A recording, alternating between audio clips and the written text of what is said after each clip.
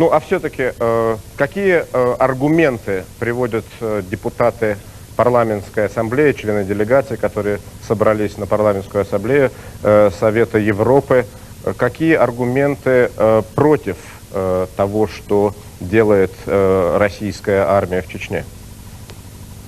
Ну, во-первых, надо честно сказать, что у многих депутатов, с которыми, во всяком случае, мне удалось беседовать, есть собственный опыт, если не борьбы с терроризмом, то, во всяком случае, взаимодействия с терроризмом. Это французы, это испанцы и это англичане. Есть проблема Корсики во Франции, есть проблема басков в Испании, есть проблема Северной Ирландии в Великобритании. И вот эти депутаты, некоторые из них просто участвовали в переговорах, они уже старые, убеленные сединами, они уже, так сказать, лет 20 этим занимаются, говорят: мы начинали с того, что воевали с ними, мы начинали с того, что убивали их, мы начинали с того, что отказывались с ними говорить, и все равно мы приходим к тому, что с их главарями, с их идейными вождями необходимо вести переговоры. Вы этого не понимаете, почему вы не учитесь на наших уроках, почему вам нужно пройти этот путь военной борьбы, а не политических переговоров. Вот этого они не понимают. И, конечно, все говорят, что необходимо вести политические переговоры, называют только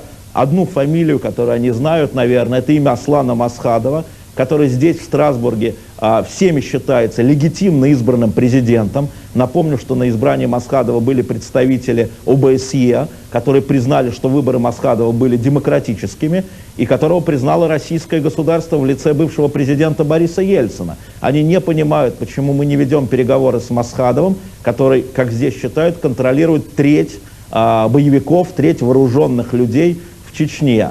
Аргумент, что это террористы, сегодня воспринимается здесь, в Страсбурге, но при этом большой шум наделало выступление бывшего премьер-министра Степашина, который, видимо, в Москве или, ну, во всяком случае, в России дал интервью, что, оказывается, вторжение в Чечню готовилось задолго до взрыва в Москве, задолго до вторжения в Дагестан.